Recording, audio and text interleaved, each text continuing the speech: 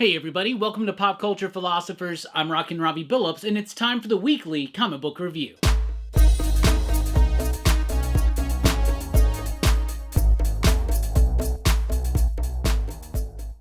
That's right everybody, thanks for checking out the video. I am Rockin' Robbie Billups. This is the weekly comic book review. It's the show where I read a lot of comic books and I let you know what I thought about them. But first, happy freaking Halloween. It's the week of Halloween. Halloween is on Thursday. If you celebrate it, happy freaking Halloween, station, pop, pop, boo, and all that kind of stuff. And if you don't celebrate Halloween, what is wrong with you? Anyway, thank you so much for checking out the video. Also, the CBC Awards are Saturday night, so definitely go check it out at Brian LCS. There's a link in the description below.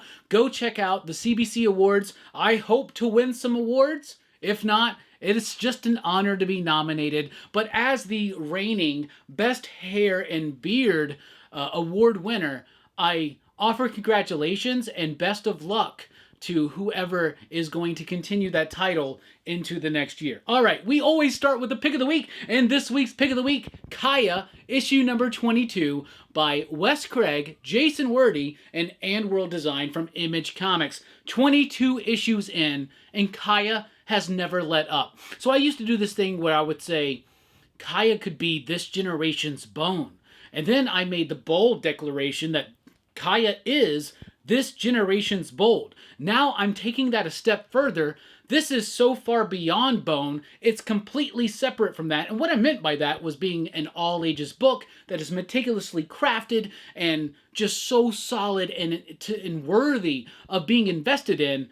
Kaya is in a class of its own now. No more comparisons to Bone, because this is a book that has earned the spot to be something truly unique and special here in our humble comic book industry. Kaya has been amazing. If you've been missing out on this book, go right now, get the trade paperbacks, catch up, or hell, just read any single issue of Kaya, because even though there is an overarching story, each issue is just a perfect, not necessarily self-contained story, but a perfect exploration in sequential storytelling. This is what I love about comics. And this is what comics look like when the creative team gives a shit.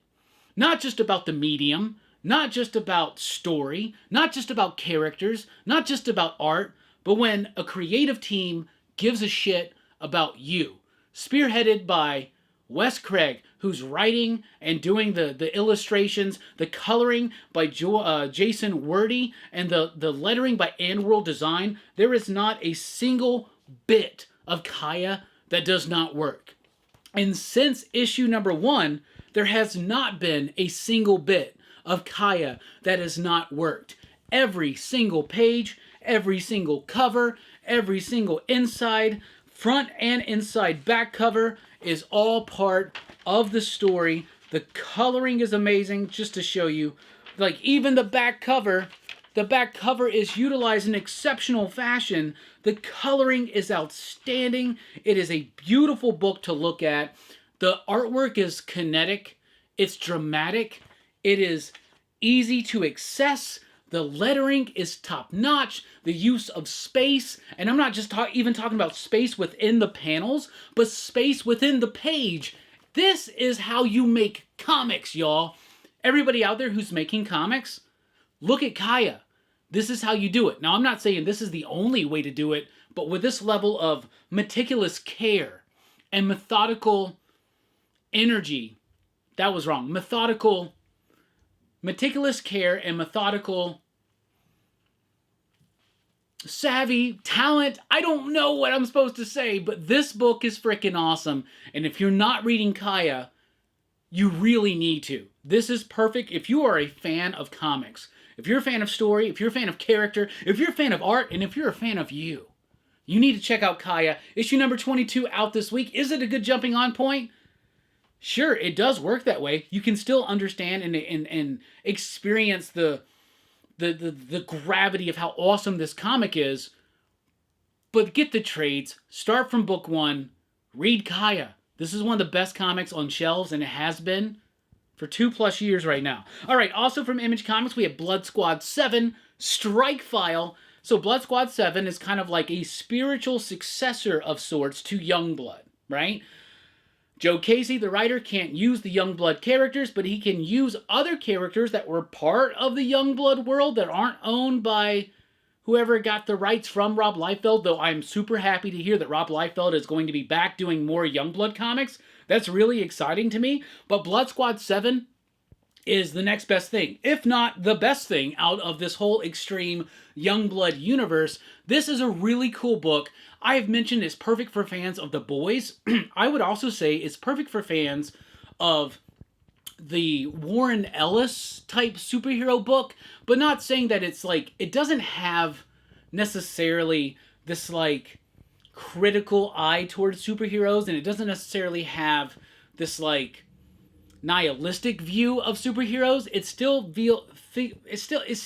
kind of views superheroes with a level of hope, but that hope is grounded by a big chunk of reality, right? A grand dose of actuality. This book is awesome. Joe Casey is doing a fantastic job of setting it up. In this issue, it's a Strikefile special. It's a one-shot special. You can read it on its own, even if you haven't read the previous 4 issues of Blood Squad 7, and I think you'll find something to enjoy. In this book, the character that stands in for Die Hard has been found. He's a little bit off his rocker, and the Blood Squad 7 team has to go and find him, and there's so much nuance behind that story, politically and just narratively, that really makes this book excel, and it makes it work. Even if you weren't a fan of Rob's Youngblood and Extreme stuff, this is a book you can sink your teeth into and really get excited about. Blood Squad 7 Strikefile, a perfect opportunity for you to jump on to a really dynamic book. Then we have Devour, issue number 1. This is a one-shot. It happened on Hyde Street. Little bit of a one-shot, right? So Hyde Street was a new book that just started from Ghost Machine, not part of the Unnamed Universe, but still really cool as part of the core of what Ghost Machine is, which is Jeff Johns kind of being at the forefront of a bunch of creators coming together and being allowed to create their own superhero and superhero adjacent properties, but under their own banner. Right? And I always applaud stuff like that. And Jeff Johns has been killing it on his books, but now we got a new book, and this is Devour. It's just a one-shot, but it's part of the Hyde Street thing. This is not integral for your understanding of Hyde Street, but this was a pretty interesting, just nice one-shot, horror-infused comic, perfectly spaced or timed for Halloween, right? So this is written by Madel Shute, with Layla Lees on the artwork. It's about a mom in the 80s who is a little heavyset. She wants to lose some weight, and she finds a cure-all from this mysterious person on Hyde Street. And then it cuts to modern day. It's a story of her daughter, and her granddaughter. It's her granddaughter's wedding day. She wants to lose some weight, but the way that the family typically loses weight is some kind of nefarious way. It was an easy plot to kind of figure out as I was working my way through it, but it never took away my engagement of the story. The art is pretty solid. The story is solid. I thought this was a really cool book. It's not 100% essential to your Hyde Street needs, but I definitely would recommend checking it out if you like Ghost Machine and you like nice, punchy horror stories, especially on the week of Halloween, which is for tourists. Anyway, Redcoat is here with issue number 7. Redcoat was a book. I'll say this is Jeff Johns and Brian Hitch, and it's about a dude who's an immortal. He was part of the British Army, I think, back in the day, if I remember correctly, but he's a Revolutionary Era type character that has lived through today. And I don't want to tell you what this book is, because it would be a spoiler. If I told you what this book was, it would be a spoiler. But I will tell you this. It is profoundly tragic and grounded and impactful. That's what I will say. This book is awesome, and if you've appreciated Redcoat so far, you're really going to like this book because it ties into a lot of what has been set up. But that being said, when Redcoat first started, I wasn't really on board, and then it just keeps getting better and better and better, and issue 7 might be the best issue yet. Seriously, so freaking good. It's amazing.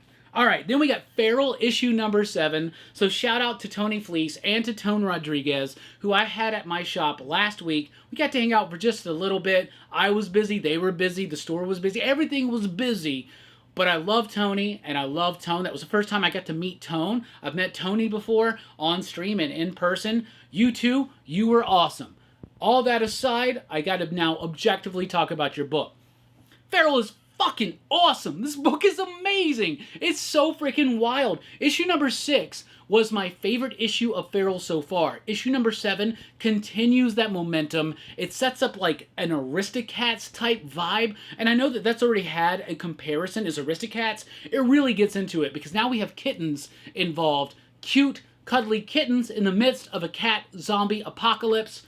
This book slaps. This book is awesome. The art is great from Trish and from Tone. The story from Tony absolutely resonates with me. I'm a zombie movie fan. I'm a horror fan. I'm a cat fan.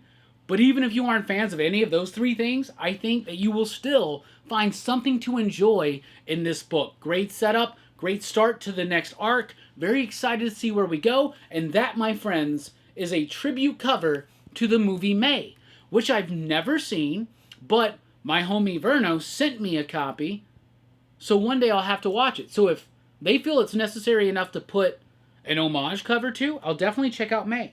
Then we got Spawn issue 358. Let me tell you something. Spawn is better than most Marvel comics. Why? Because it's $2.99 cardstock cover. Also, because it's got really solid artwork and a commitment to an ongoing story. So, Spawn has met this new character. She's like a mix between an angel and a demon. Not quite Genesis from Preacher by Garth Ennis and Steve Dillon. Props to Steve Dillon. Anyway, Spawn rocks. Spawn is a great book, and there was a moment where I too felt like I was too cool for school, the school of Spawn. And then one day I decided to get my head out of my ass and just enjoy things, right? And just because you enjoy things doesn't mean that you can't be critical of them. But right now, Spawn is a super fun read. It's got great artwork. It's got amazing big pages. And I'm going to tell you something. This book has some moments. Moments like that, where the art and the story all coalesce together to just make a cool experience, to take you back to what it was like reading comics for the first time as a kid and enjoying them. At least for me. Look at that page right there, for instance. Really great freaking stuff from Brett Booth. And Rory McConville is the writer of the book. I like Spawn. And you know what? My life personally has gotten better since I started liking Spawn books. Do I like all of them? No. Do I think they're the greatest comics of all time? No. But do I think they're exciting and worth the price of admission? 100%. Including Spawn Kills Every Spawn, issue number 4, written by John Layman, with art by Rob Duenes, Sketchcraft, right? This book's just silly, stupid, big, dumb fun. It's about a little chibi Spawn who wants to go out and kill all the other Spawns, including the main Spawn, so that now he is the main dude Spawn, and now he comes across a little chibi Violator who's part of a whole community of Violators. This book is having so much fun with itself, having references to pop culture, other comics, and of course to the Spawn universe itself. More importantly, this book just slaps. It's super fun. I'm having a great time with it. And guess what? $2.99 cardstock cover. Marvel? DC? Crickets, y'all. Crickets. Speaking of DC, we got Poison Ivy, Swamp Thing, Feral Trees, issue number 1. There will be no issue number 2. This is just a one-shot, self-contained comic written by G. Willow Wilson, who is writing the current Poison Ivy series and doing a fantastic job with it, if I might add. And also artwork by Mike Perkins, who was the artist of the Rom v. Swamp Thing run that introduces a new Swamp Thing, Levi. This is that Swamp Thing. This is G. Willow Wilson's Poison Ivy in a team-up together, but with a poignant kind of message behind it that really helps. It really helps enlighten the character of Pamela Isley to her own methods and modus operandi, right? Absolutely great stuff here. The artwork is super cool, gnarly, horrific, but the story is great. If you're reading Poison Ivy, definitely pick this up. It's definitely it's not super important to to the narrative or the plot of the Poison Ivy book, but it's very important, I would say, to the character development that G. Willow Wilson is doing. And also, we get to see Levi again as Swamp Thing, drawn by Mike Perkins with coloring by Mike Spicer.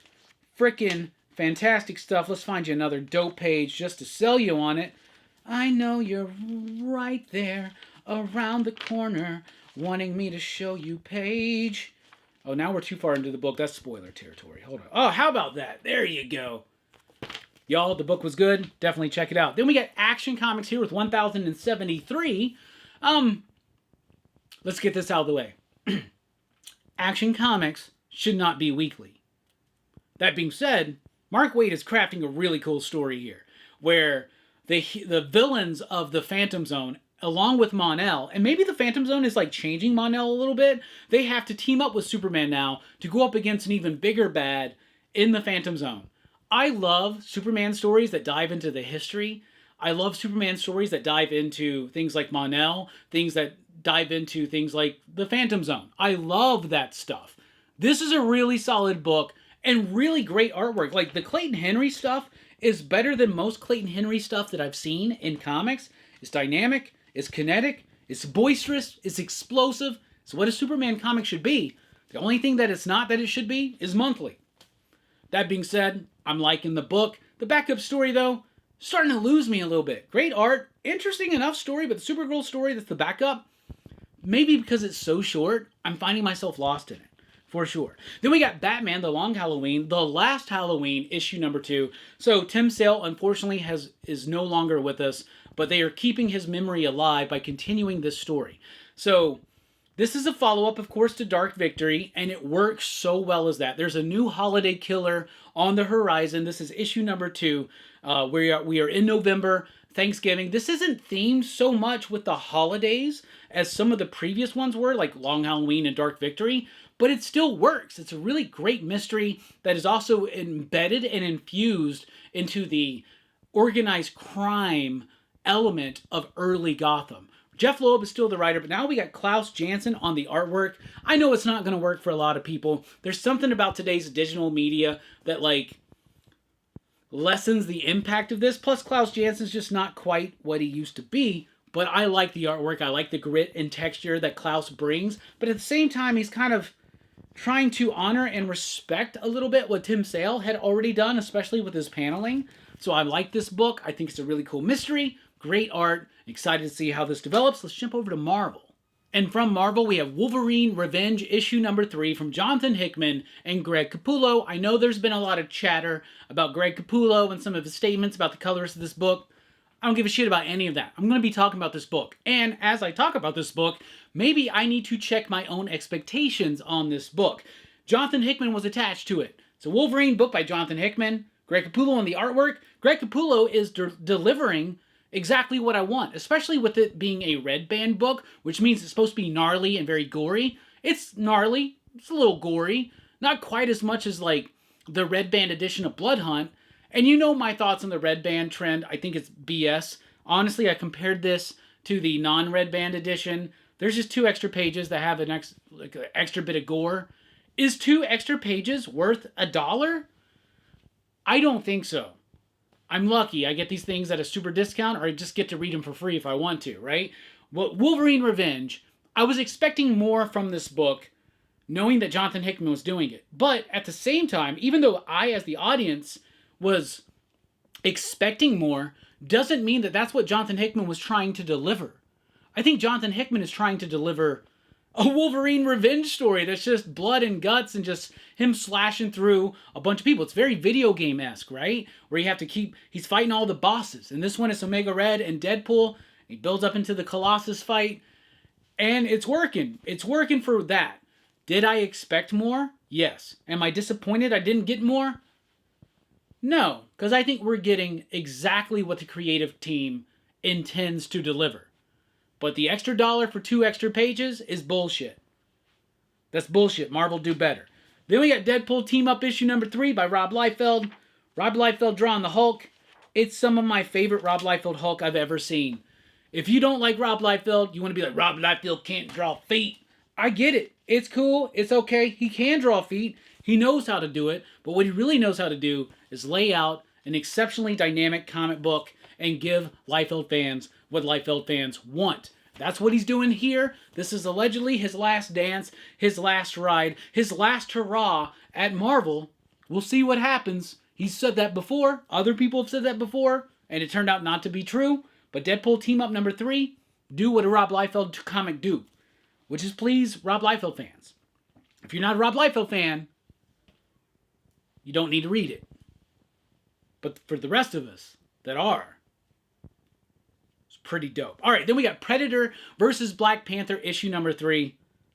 I'm liking this book a lot. The Predators invade Wakanda.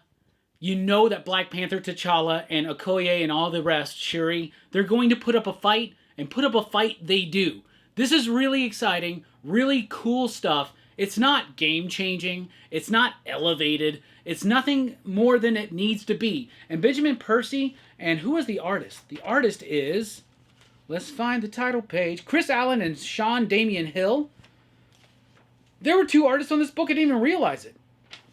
Wow. It's bloody when it needs to be. It's nuanced slightly when it needs to be. But it's badass all the way through. If you like The Predator, if you want to see more of these silly crossovers, I mean, let's be honest. All these crossovers, Predator versus Batman, Superman versus Aliens, Predator versus Wolverine, Predator versus Black Panther, it's all silly. But is it fun? Black Panther versus Predator, or Predator versus Black Panther, I should say, is fun. Marvel's given us a fun comic right there. Then we got Ultimate X-Men issue number 8. I'm losing my interest in Ultimate X-Men just a little bit. I love Peach Momoko's art. I love the pace of the story. I love the manga-infused horror style there. But I found myself forgetting what's going on, and that's more my fault. I don't think it has anything to do with what Peach Momoko is doing in this book. But I think I need to sit down and reread all 8 issues and kind of get it back in my mind. Problem is, do I have the time to do that? I don't know. But they're pretty quick reads, but we dive more into the mystery of the cult of the Children of the Atom. We're building up more into who this new X-Men team's going to be. And no, this is not your father and your mother's X-Men team. It's not your grandfather and your grandmother's X-Men team. And your great-grandmother and great-grandfather probably didn't even know what an X-Man was.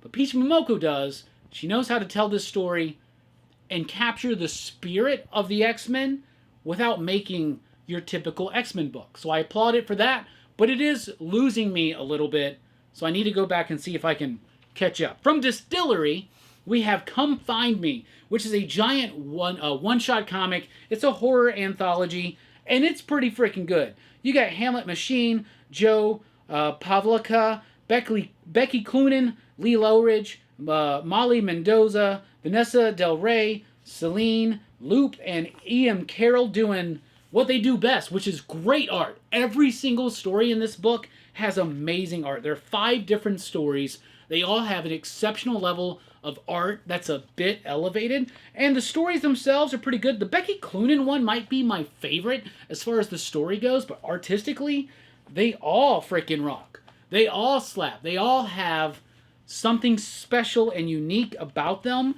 that really rocks. That might be my favorite spread in the entire issue. So this is $8.99, and out of all of the one-shot anthologies and miniseries anthologies that have been released throughout the Halloween season this year, this might be, I think, one of the strongest, because the art is super freaking dope. If you love great comic book art, composition, check out Come Find Me from Distillery.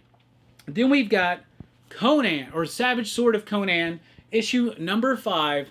This gets the smell of the week. It smells like blood, tits, and savagery, and I'm all here for that. This book is great. So it has the first part of a Jason Aaron story that was really good. It's about this witch who is taken in by this community. She's about to be burned at the stake. Conan's not cool with that. Even though Conan has his own prejudices against witches, he is able to learn and adapt and see evil for what it truly is, which is within this community.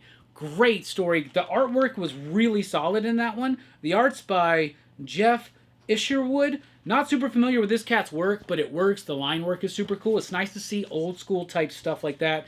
Then there is a very brief Jim Zub and Rob De La Torre story that was freaking awesome. Just 2 pages, but it works. It's so good. And then the final story is by Michael Kagi and Dan Parsons. I had a lot of fun with that. Plus, it had some TNA, in it. Cover up the bits. So really cool stuff. This reminds me of when I used to go and dig out Savage Sword of Conan out of my stepdad's closet. Now I don't have to do that. I don't even hide these in the closet because I'm out and proud. You know what I'm saying? I'm an out and proud Savage Sword of Conan fan. Gets the smell of the week. Such a great book. Then we got a new one from Mad Cave, the Hexiles. Here's the premise. What if John Constantine was on his deathbed and he died? Right? John Constantine is dead. And then all of his children get a call. Hey, your dad died. You know, your deadbeat dad that you didn't even really know you had. He's there, right? So all the kids of a John Constantine type character come together for his funeral and find out that they owe the debt that was never paid to all the demons that this John Constantine-esque character came across. It's a really cool book. I loved the art. It's got a really nasty, gritty texture to it that I think really works exceptionally. The violence, the splatter, the way that they're dealing with these characters, it all works artistically and through the story. This is definitely something worth your time. I would recommend that you check it out. Then we've got Uncanny Valley issue number 6 from my man Tony Fleece and Dave Wachter.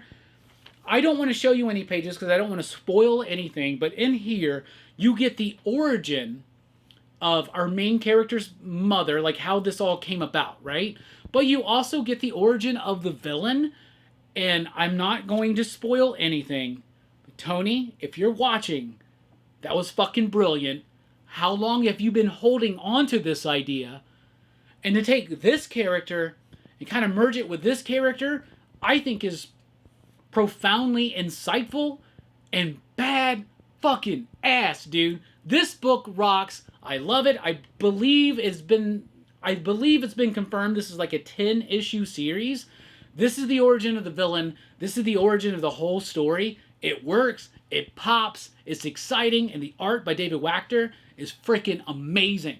Uncanny Valley slaps. One of the best books of the year. From our friends at Dynamite, we got Thundercats issue number 9. Ho! Anyway, now that that's out of the way, Thundercats issue number 9 was really freaking good. Like, Declan Shalvey, the writer's been doing this thing lately where each issue is kind of focused in on one character, and you think that at the start of this that we're going to get a focus in on Chitara, right? Which is silly because we got this whole Chitara book going on. There's a little bit of tie into that, but it erupts and has big moments that I did not expect coming at this point in this story. This is a really great, faithful yet different reimagining, if you will, of the Thundercats lore and mythology, and Declan and Drew and the rest of the team have been killing it, and this is a super solid book. If you're a Thundercats fan, definitely check that one out. Then from American Mythology, we got another Hatchet, Halloween Tales. This is number 6. I proudly own every single one of these, proudly because I'm a fan of Hatchet. Just recently actually got to meet Adam Green, the writer-director of the Hatchet franchise. That was super cool. He was a super cool dude. These Hatchet Halloween Tales books, they're not the greatest. But if you're a fan of Hatchet, check it out. If you're not a fan of Hatchet, you can skip this. But if you're like me and you love Hatchet, it's like a must-own. Who cares? But it's got some decent stories in there. It's got some rough stories in there. Art's kind of rough throughout. It's alright. But if you're a Hatchet fan, you got to get it. All right, what about the cover of the week? How about the cover of the week on a reprint? How about a second printing of Mark Spear's Monsters?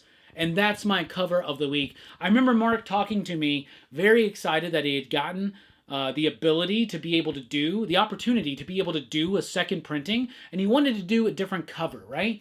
So he told me about the cover. He's like, it's going to be like a trick-or-treating type cover because it's going to be out the week of Halloween, and there's even an incentive that's like a Halloween poster homage, which I want, Mark. I need one of those. I need one of those. We got a couple for the shop, but like, other people want those. I need one. Mark, I need one. I need one of those, man. Anyway, this cover is dope. It gets the cover of the week. Probably my favorite Monsters covers. It's the greatest. Oh, there's all the variants on the back right there. Look at that Halloween cover. Mark, I need one of these Halloween covers. I'm giving you cover of the week. Not saying you have to give me one of those covers because I gave you cover of the week. Are we homies? Are we homies? Anyway, Mark, reach out to me. We got to talk very, very soon. Mark Spears, Monsters issue number 1, gets a reprint, and it gets the cover of the week. So to recap, Hatchet, perfect for Hatchet fans, not good for non-Hatchet fans. Thundercats, a dynamic, explosive issue. That's one of the best action-packed issues of that series yet. Uncanny Valley, absolutely ruled. Hexiles, really surprised me. That might be your sleeper hit of the week. Savage Sword of Conan gets the smell of the week, and it just continues to be awesome. Also, Jason Aaron writing a Conan story, but without Marvel editorial in the midst of it. It's really good. Come Find Me is the best of all these single-shot, one-shot horror anthologies for the Halloween season. Ultimate X-Men's losing me a little bit, but I still appreciate it for what it's doing. Predator vs. Black Panther, big dumb fun. Gigantic Moronic Splendor. Deadpool team-up do what a Liefeld comic do, which is please Liefeld fans. Wolverine Revenge. Not the story I wanted, but the story that they wanted. So I'm cool with that for that. Then we got Batman Long Halloween Last Halloween. Really solid follow-up to Dark Victory. Action Comics. Shouldn't be weekly, but still a really compelling story. Poison Ivy Swamp Thing. Feral Trees. Really solid book. Great art. Really great story that explores a lot more about the characterization and purpose and methodology behind Pamela Isley. Spawn Kills Every Spawn is just stupid fun. Then we got Spawn, which is better than most Marvel comics. How about that? Then we got Feral 7, absolutely slapping, or my bad, scratching like normal. Redcoat, best issue of this series yet, possibly. Devour is a Hyde Street one-shot, not important to your understanding of Hyde Street, but still a pretty solid one-shot comic. Blood Squad 7, Strikefile, do what Joe Casey do, which is please Joe Casey fans and everybody else who reads the damn book. But the pick of the week goes to Kaya because Wes Craig do what Wes Craig do, which is make exceptional comics. Along with Andworld Design and Jason Wordy, this book has been one of the best books on shelves, and more people need to be reading this, for sure. So that's what I read, that's what I thought, that's what I dug. What are you reading? What are you thinking? What are you digging? Let us know in the comments down below. Thank you so much for checking out the video. Be sure to like, share, and subscribe, and join us over at patreon.com/PCP if you want to help support the channel. I've been Rockin' Robbie Billups. Happy Ween. Yeah, happy Ween, and Halloween. Station, keep on reading. Pop, pop, boo!